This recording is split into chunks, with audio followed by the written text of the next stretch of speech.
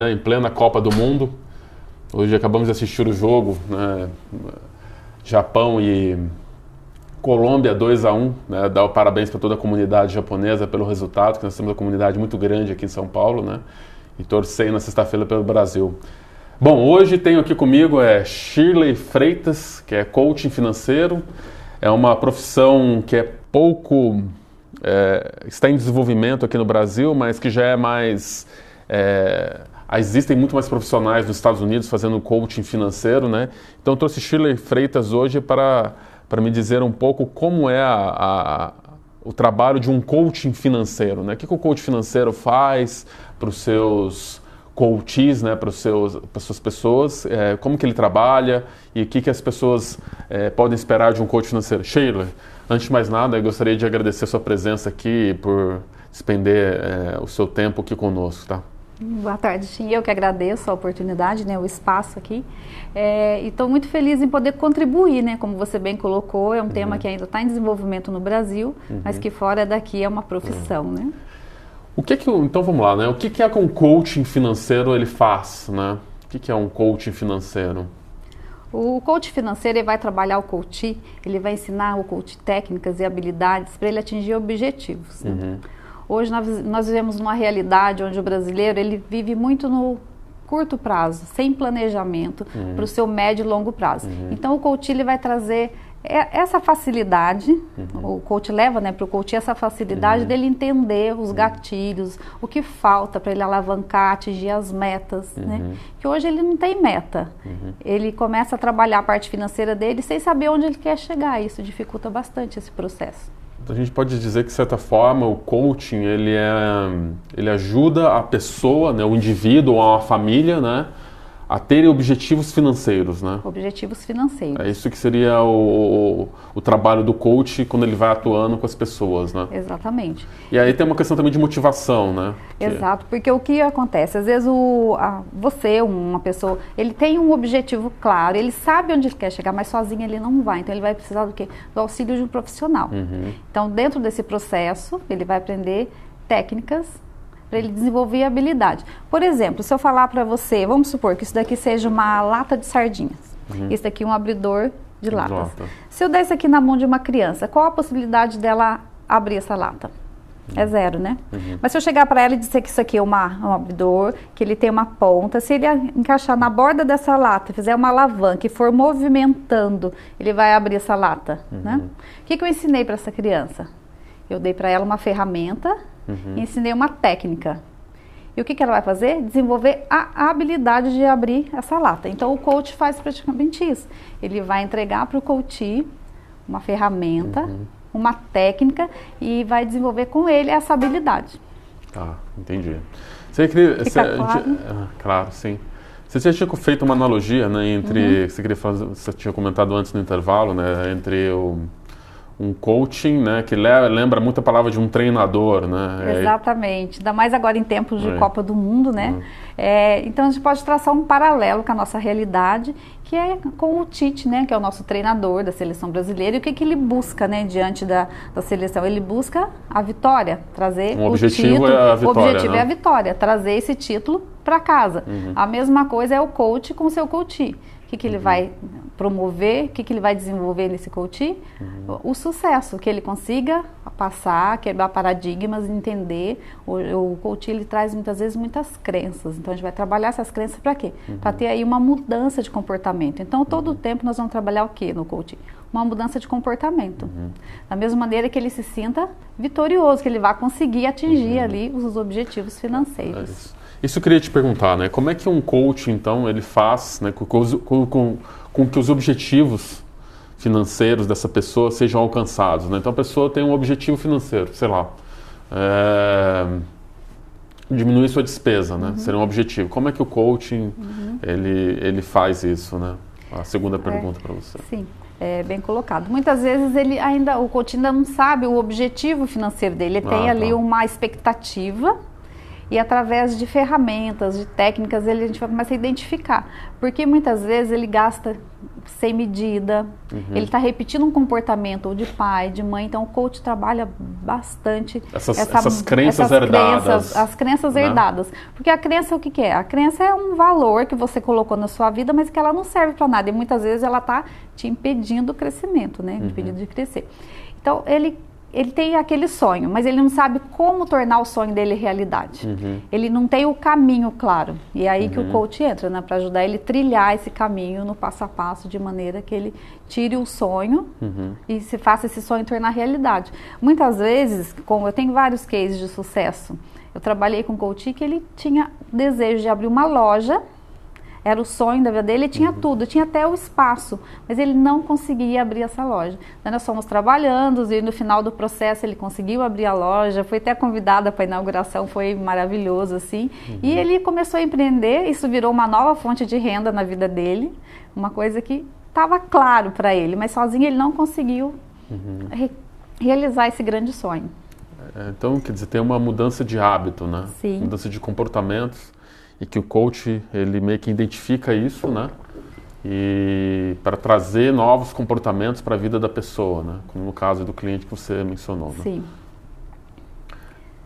Tem uma conscientização também, né? Uma conscientização e é muito gratificante, tanto para o coach, né, e para o coach que promove essa mudança de comportamento. Porque nós não temos, o brasileiro, ele não teve muita educação financeira, ele não trouxe isso da escola. Para a gente medir isso, quando você conversa com um americano, quando você vai perguntar para um americano quanto ele ganha por mês, ele não vai te falar quanto ele ganha por mês, ele vai falar quanto ele ganha por ano.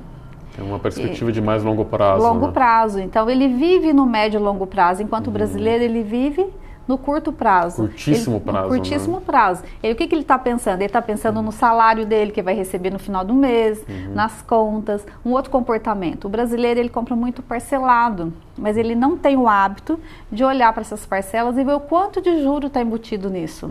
O quanto ele poderia economizar se ele tivesse ali o seu sonho definido de curto, médio, longo prazo e trabalhasse mais no longo prazo.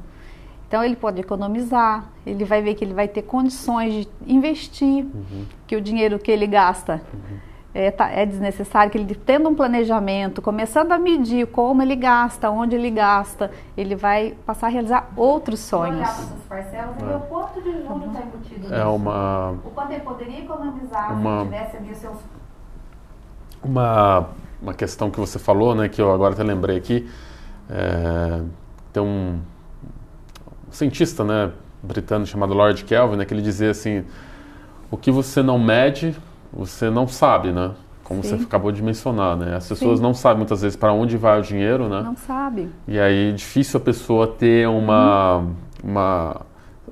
enfim, saber onde está alocando, quanto que pode poupar, quanto que deveria estar poupando, né? Quanto ela poderia estar investindo, quanto né? Estar investindo também, que né? eles não têm o hábito de investir.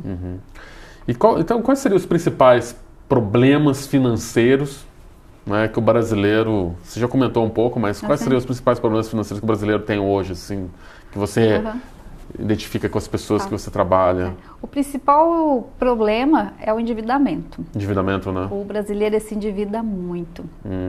E no caso é principalmente cartão de crédito? Sim, cartão de crédito, empréstimo. O que acontece? Ele tem uma falsa ilusão do valor que ele ganha. Como eu acabei de comentar, o americano ele vai saber o real valor que ele ganha por ano. Se eu perguntar para o brasileiro, dificilmente ele vai saber o valor que ele ganha por mês. Porque o que acontece? Ele olha para o salário dele, ele olha para o valor que vem no Olerite. Aquilo não é o salário líquido dele. Ele não recebe aquilo que está no Olerite. Daí o que acontece? Daí ele vai juntar isso com o limite do cheque especial dele. Então ele tem uma falsa ilusão do salário. E ele trabalha o quê? Em cima daquele valor e não do valor real. Daí ele começa a se endividar. Muitas vezes ele vai assumir uma dívida esse mês. Mês que vem ele já esqueceu que ele assumiu uma dívida no cartão de crédito. Ele vai fazer uma nova dívida. Uma parcela da primeira já vai acumular com a segunda. Depois de uns 10 meses, se ele for comprando parcelado, o valor que ele está pagando de parcela é o valor que ele teria economizado e comprado um item à vista. Tá. Então o poder de endividamento dele vai ficando muito vulnerável, ele não consegue mais sair daquele... Entra naquele efeito bola de neve de Exato. juros, né? A pessoa cada vez mais compra a juros, não consegue pagar e precisa refinanciar aquilo a uma taxa muito alta, né? Enfim, né? E depois o que acontece? Ele entra no cheque especial esse mês. Mês que vem ele quer sair do cheque especial. Daí ele faz uma promessa. Não, esse mês eu entrei no cheque especial, mas mês que vem eu consigo sair. O que acontece? No próximo mês ele não consegue sair. E aí vai criando uma bola de criando neve. uma bola de neve. De dívidas, né? E os juros nossos são altos, né? A gente Muito sabe altos, que quando tem esse descontrole, tem que ter muita disciplina para retornar, retomar e entrar no eixo novamente. Então, como é que um coach financeiro ele cria valor para o seu cliente, né? Como que é esse trabalho? Como é que ele cria valor, né, nesse sentido para o seu cliente? Como eu disse, né, a gente vai entregar para ele ferramentas, para ele desenvolver novas habilidades, para que ele consiga trabalhar com isso. E o que ele precisa? Para trazer tudo isso para o seu nível consciente, que muitas vezes ele não tem consciência do que ele pode fazer, como ele pode fazer. Então, é dessa maneira que o coach vai criar um valor para o seu coach.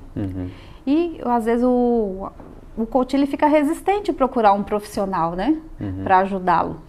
Mas em pouco tempo ele vai entender que o que ele investiu foi pouco demais para o retorno que ele vai ter. Tá? Quando ele começa a identificar por onde o dinheiro dele está vazando, eu costumo falar bastante dos gastos invisíveis. Quando eu começo a trabalhar com coach, que ele começa a pontuar todas as despesas dele, começa a entender o comportamento do dinheiro dele no dia a dia, ele começa a ter valores surpreendentes. Eu falei, gente, como eu gasto tanto nisso daqui, até hoje eu não tinha percebido isso. Então, isso ele vai identificar através de um processo de coaching. Entendi. E então, como é que as pessoas ficam antes e depois de uma, né? Como é que é? Você trabalha com as pessoas, né, que fazem coaching financeiro. Como é que fica a pessoa antes de um coaching e depois do coach financeiro, né? Deve ter um antes e um depois, né? A pessoa chega de um jeito e sai de outro, completamente. Né? É visível. Isso para o coach é gratificante demais, porque é transformador. Realmente, a gente tem o poder de transformar e de encantar esse coach. Porque ele começa a ter uma transformação rápida, né? Que um processo de coach ele pode durar aí de 5, 6, 8, 10, 12 encontros. Vai depender muito da facilidade do problema, a questão, né? Qual é o desafio dele durante esse processo? O desafio financeiro da pessoa. Financeiro, assim. Então, cada um tem uma facilidade, digamos assim. Tem outros que querem um acompanhamento mais longo, então... no final isso é transformador e é muito gratificante mesmo. Eu recebo vários feedbacks positivos, então é fácil de medir. Como é que é uma sessão então de coaching financeiro? A sessão de coaching financeiro ela funciona assim. São sessões, né? O coachee, de maneira discreta, de maneira ética, é confidencial. Então, onde a gente começa a trabalhar esse processo. É interessante que faça isso pelo menos uma vez por semana. O coach ele precisa estar preparado e aceitar. Ele precisa estar ali determinado a realmente trazer para a vida dele uma mudança de comportamento. Tá? E, então, isso pode, como eu te falei, do valor. Ele vai entender isso como um salto muito rápido na vida dele. Tá. Aí então, tem uma questão, né? Como é que é então a diferença entre um coach financeiro, né, e um aconselhador, né, um advisor, que a gente chama de advisor financeiro, né? Sim. Porque é a mesma coisa? Não, eu entendo assim, o coach financeiro ele vai ensinar, vai treinar, vai acompanhar esse coach até ele atingir os objetivos financeiros dele, começar a ter rendimentos, ele vai realmente alavancar a vida financeira dele. Enquanto um aconselhador, ele é um profissional onde ele vai ensinar, pode ser esse mesmo coaching, ele vai ensinar ele a tomar as melhores decisões com o dinheiro dele. Então, vê se você compreende. Primeiro, o coach vai trabalhar essa pessoa de maneira que ela começa a ter uma mudança de comportamento significativa na vida dela, certo. Onde ela vai começar a ter dinheiro para investir. Daí entra o papel de um aconselhador. Aconselhador financeiro, né? Tá. Sim.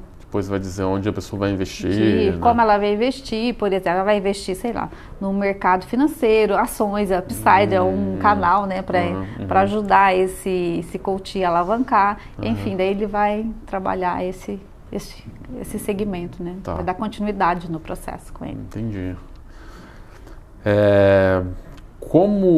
Que conselho, né, você daria para as pessoas que estão nos assistindo, né? Você que tem trabalhado com pessoas com, digamos, dificuldades financeiras, né? Que conselho você poderia dar para essas pessoas, né, que estão nos assistindo? Assim, que ela não seja tão resistente em procurar um profissional, né, uma ajuda de um coach financeiro para alavancar, que às vezes ela fica no quero e demora muito a tomar decisão na vida dela. E quando ela faz isso, através desse processo, ela vai entender os gastos invisíveis que eu falei, ela vai começar a realizar. Então, não deixe para amanhã. Se você tem condições e tem esse desejo de alavancar a sua vida financeira, conte com a ajuda de um profissional. Né? Tem até uma frase, né, que a gente estava conversando antes, né, que você até comentou, que é pequenos despesas podem gerar grandes fortunas. É uma frase de Henry Ford. Não, ao contrário, né? Pequenas despesas podem gerar grandes dificuldades financeiras, né? E pequenas poupanças podem gerar grandes riquezas, né? Pequenas economias podem gerar grandes riquezas, né? Então é aquilo, de pouco em pouco você pode chegar no total, né? Se você começar a economizar um valor por mês, ao final de 12 meses você vai ter ali um 14º salário, né? Vai ter um valor que você não contava, que no dia a dia ele está simplesmente saindo sem controle, né? Entendi. Bom, foi muito interessante, Shirley, conhecer um pouco mais dessa profissão de coaching financeiro, do profissional de coaching financeiro, né? Que aqui no Brasil a gente ainda é um mercado incipiente, né? Que está se desenvolvendo, né? Então, geralmente, tudo que acontece também nos Estados Unidos é tendência, né? Depois aqui no Brasil acaba acontecendo, né? Eu gostaria muito de agradecer a presença da Shirley, de estar aqui no programa Upside conosco, né? Ela deixou aqui, acho que, conselhos importantes para a gente de como investir melhor, né? De como criar hábitos de poupança, né? Para a gente começar a poder investir, né? Que como a gente falou, né? Aqui no Brasil a gente tem ainda uma série de dificuldades de ter hábito de poupança, né? As pessoas têm muitos hábitos, têm o hábito de endividamento que precisam ser mudados. Ainda vive no imediatismo, né? Né? Não temos um planejamento de médio e longo prazo, né? Então, quer dizer, são todas as ferramentas que uma coach financeira trabalha com seus coaches, né? Exato.